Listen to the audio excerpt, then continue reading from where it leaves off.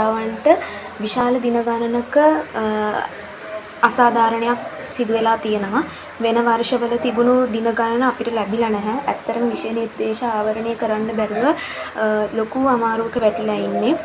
ගරු ජනාධිපතිතුමනි, අපි මේ පිළිබඳව ගොඩක් අයට දැනුවත් කරා. අධ්‍යාපන අමාත්‍යාංශයට ලියුම් ලබා දුන්නා.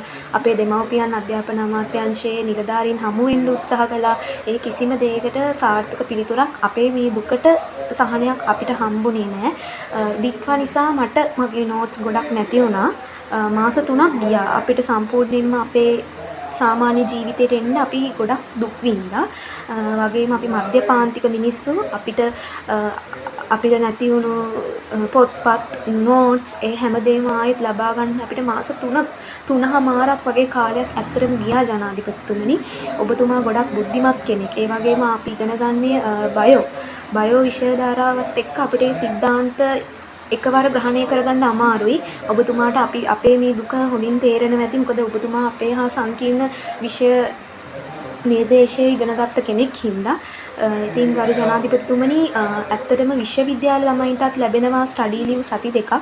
නමුත් අපිට අගෝස්තු 7 වෙනිදා වෙද්දී සියලුම වාර කටයුතු ඉවර කරලා අගෝස්තු 10 වෙද්දී අපිට විභාගෙට සූදානම් වෙන්න කියලා තියෙනවා. ඉතින් ඒක ඇත්තටම කළ නොහැක්කක්.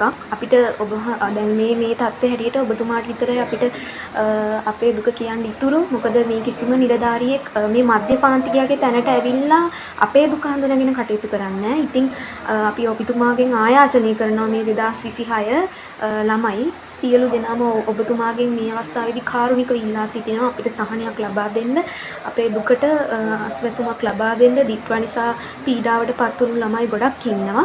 ඒ අයටත් මේක ලොකු සහනයක් වේවි. ස්තුතියි.